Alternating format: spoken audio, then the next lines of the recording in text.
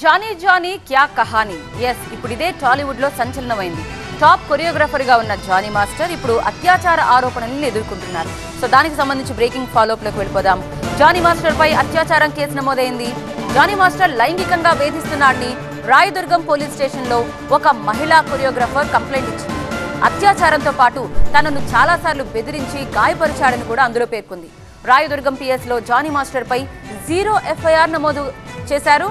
So పలు అవుట్డోర్లలో ముఖ్యంగా ముంబై లాంటి నగరాలకు వెళ్ళినప్పుడు తనపై లైంగికంగా దాడి చేశాడని కూడా ఆమె అందులో పేర్కొంది. సో నార్సింగ్లోని నివాసం ఉంటున్న తనని వేధించాడని, ఇంటికొచ్చి మరీ తనపై వేధించాడని, తనపై దాడికి కూడా ప్రయత్నించాడంటూ ఆమె కొన్ని ఆధారాలను చూపించింది. ఈ నేపథ్యంలోనే 376, 506, 323, 2 సెక్షన్ల కింద కేసు నమోదు చేశారు పోలీసులు. హైదరాబాద్, చెన్నై, ముంబై సహా పలు ప్రాంతాల్లో అవుట్డోర్ షూటింగ్ల సమయంలో జానీ మాస్టర్ తనను ఇక్కడ కనిపిస్తున్న బాలకృష్ణ గారు పేపర్ ప్లేట్ బిజినెస్ ద్వారా సంవత్సరానికి 24 లక్షలు సంపాదిస్తున్నారు. ఆయన నుండి ఈ బిజినెస్ గురించి నేర్చుకోవడానికి ఇప్పుడే ఫ్రీడమ్ యాప్ ని డౌన్లోడ్ చేసుకోండి.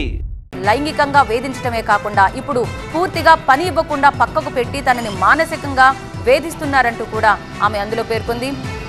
డాన్సర్స్ యూనియన్ కి ప్రెసిడెంట్ గా ఉన్న తను అధికారాన్ని ఉపయోగించుకుంటూ తనని పూర్తిగా వేధిస్తున్నారంటూ కూడా అందులో పేర్కొంది. సో నార్సింగ్లోని తన నివాసంలో లైంగిక వేధింపులకు పాల్పడ్డారని ఆమె ఆ కంప్లైంట్ లో పేర్కొంది. జానీ మాస్టర్ పై భారతీయ న్యాయ సంహితలోని సెక్షన్ 376 అంటే రేప్, క్రిమినల్ బెదిరింపు, 506 స్వచ్ఛందంగా గాయపరచడం, ఇక 323లోని క్లాజ్ 2N కింద కేసు నమోదు చేసినట్లుగా పోలీసులు తెలిపారు. సో దీనికి సంబంధించి పూర్తి సమాచారం అందించడానికి రాయదుర్గం పిఎస్ పరిధిలోనే మా ప్రతినిధి జ్యోతి ప్రస్తుతం లైవ్ లో అందుబాటులో ఉన్నారు. రైట్ జ్యోతి, ఇప్పుడు ప్రస్తుతం ఆయన డాన్సర్స్ యూనియన్ కి ప్రెసిడెంట్ గా ఉన్నారు. ప్రెసిడెంట్ గా ఉన్న తను ఈ రకంగా పాల్పడటం సంబంధించి ఇంకా మీ ఫిర్యాదులు ఏమని పేర్కొంది?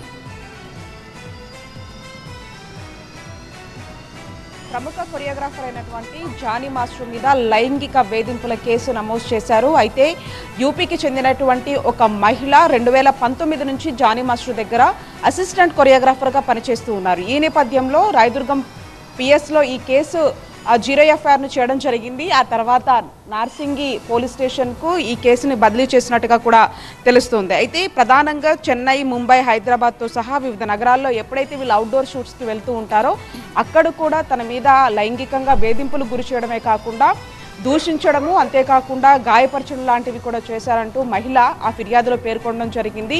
గత కొద్ది రోజుల నుంచి కూడా ఈ యొక్క వేధింపులు కొనసాగుతూ ఉన్నాయి. ఈ నేపథ్యంలో ఒకవేళ చెప్తే బెదిరింపులకు కూడా జానీ మాస్టర్ పడుతున్నారంటూ కూడా ఆమె ఆ ఫిర్యాదులో పేర్కొంది. కేవలం ఆమె మాత్రమే కాకుండా ఇంకా మరికొంతమంది బాధితులు కూడా ఉన్నారన్నట్లు కూడా ఆ ఫిర్యాదులో చెప్తున్నట్టుగా తెలుస్తుంది. ఈ నేపథ్యంలో ఒకవైపు డాన్సర్స్కి యూనియన్కి సంబంధించినటువంటి ప్రెసిడెంట్గా కూడా ఉన్నారు కాబట్టి ఆ అధికారాన్ని ఈ విధంగా దుర్వినియోగం పరుస్తున్నారంటూ కూడా ఆ మహిళ ప్రధానంగా చెప్తున్నటువంటి పరిస్థితి. ఈ నేపథ్యంలోనే రేప్తో పాటుగా బెదిరింపులకు పాల్పడడం, గాయపరచడం లాంటివన్నీ కూడా చేశాడు. కాబట్టి ఈ నేపథ్యంలో అక్కడ ఏదైతే రాయదుర్గం పోలీస్ స్టేషన్ పరిధిలో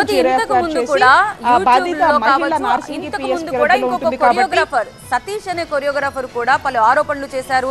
తనని కూడా ఇలాగా పక్కకు పెట్టేశారని, మానసికంగా వేధించారని సతీష్ అనే కొరియోగ్రాఫర్ కూడా ఒక కంప్లైంట్ ఇచ్చారు. ఇప్పుడు ఆ వీడియో కూడా వైరల్ అవుతూ ఉంది.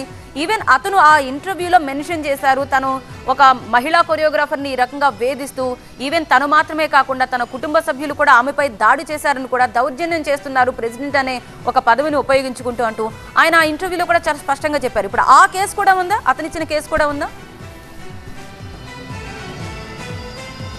ఖచ్చితంగా, ఎందుకంటే గతంలో కూడా జానీ మాస్టర్ మీద నేర చరిత్ర ఉంది. 2015లో ఒక కాలేజ్ మహిళకు మీద దాడి చేసినటువంటి ఇష్యూ కావచ్చు, 2019లో మేడ్చల్లో ఉన్నటువంటి కోర్టు కూడా అప్పటికి 6 నెలల జైలు శిక్షను కూడా విధించింది. ఈ నేపథ్యంలో ఇటీవల కాలంలో ఎవరైతే సతీష్ అనే ఒక వ్యక్తి చేసినటువంటి ఫిర్యాదు మేరకు కానీ ఇవన్నీ కూడా తన జానీ మాస్టర్ మీద ఉన్నటువంటి గత నేర చరిత్ర గురించి కూడా పూర్తి స్థాయిలో పోలీసులు ఖచ్చితంగా వెలికి తీసే అవకాశం కనిపిస్తుంది.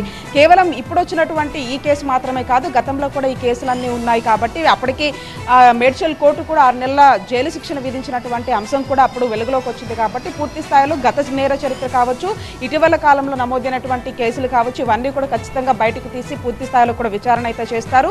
కేవలం ఈ ఒక్క మహిళ కాదు, చాలా మంది బాధితులు ఉన్నారంటూ కూడా ఇప్పుడు ఎవరైతే యూపీకి చెందినటువంటి అసిస్టెంట్ కొరియోగ్రాఫర్గా పనిచేస్తున్నటువంటి మహిళ ఇచ్చినటువంటి ఫిర్యాదులో ఇంకా ఆమె చెప్తున్నటువంటి వివరాల ప్రకారం చాలా మంది బాధితులు ఉన్నట్లుగా తెలుస్తుంది. కానీ ధైర్యం చేసి ఎవరు ముందుకు రానటువంటి పరిస్థితిగా చెప్పుకోవచ్చు.